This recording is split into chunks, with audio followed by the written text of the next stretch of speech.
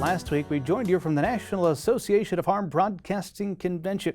Of course, there were lots of radio broadcasters on hand, those who share their news, markets, and weather, both on AM and FM radios.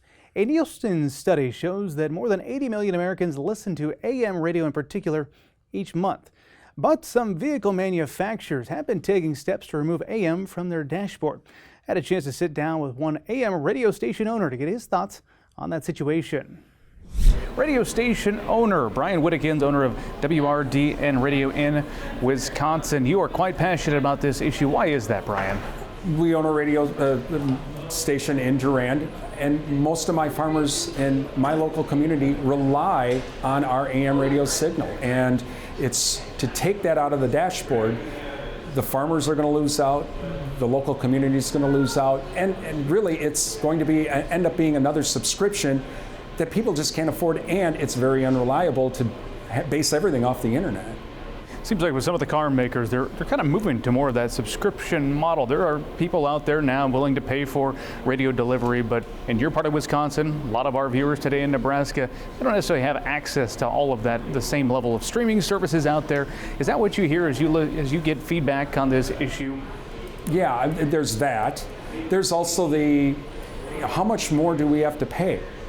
I've had farmers tell me I've paid $70,000 for this truck, and their AM receiver in it sounds terrible, but in my 1996 Silverado work truck that has an AM stereo receiver in it, and we broadcast in AM stereo, the farmers are like, you have FM on the AM, how did you do that?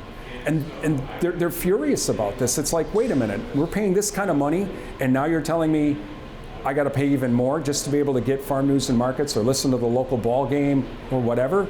That's where people are mad. Yourself and others rallied around this issue, took it up with the folks in Washington, D.C. even. As you have visited with lawmakers on this issue and those in the Federal Communications Commission, what are their thoughts? They are very concerned that this is happening. They are concerned that it would be a loss of another local outlet for news and information.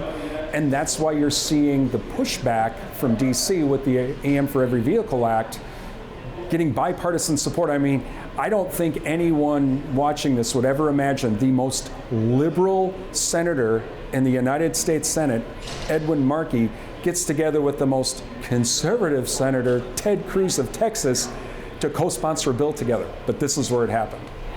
My boss, as he and I have had conversations, will say there have been many times where people have predicted the death of AM radio, but what do you know? It's still here today. As an AM radio station owner yourself, where do you see this industry going, radio, but in particular AM? It's going to be a lot like farming and agriculture after the pandemic. Everybody started to do what? Local food. Go to the local butcher shop, go to the local farmer.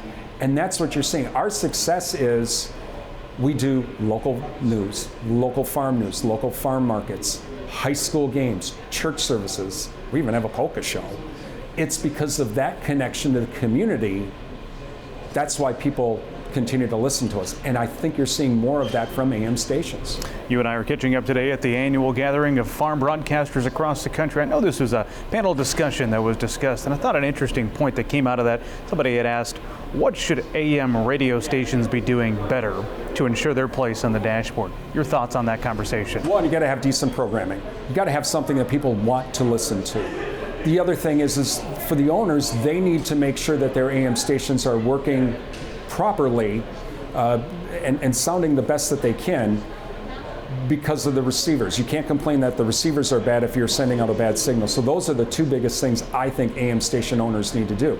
And for the customers, the listeners, and the farmers and the ranchers, you need to complain to the car companies as well and say, demand a decent AM radio in your vehicle. And they can make them with a couple lines of code because it's just a computer in the car or the truck. What else is important I haven't had the chance to ask you about yet, Brian? The other big thing with this is, we broadcast in AM stereo, and when we converted a couple of years ago, this is technology from the 80s and 90s. I had farmers, a lot of farmers have a work truck, started calling me going, why is it on my 96 Silverado you sound like FM, and on my 2023 Silverado that I paid $80,000 for, you sound like a cell phone? What happened?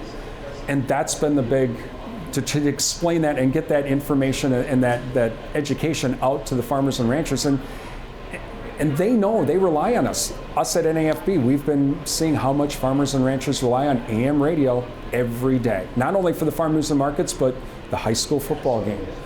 Or Nebraska's playing on a Saturday. What's everybody listening to? The radio, probably in the combine. And so that's what makes this important.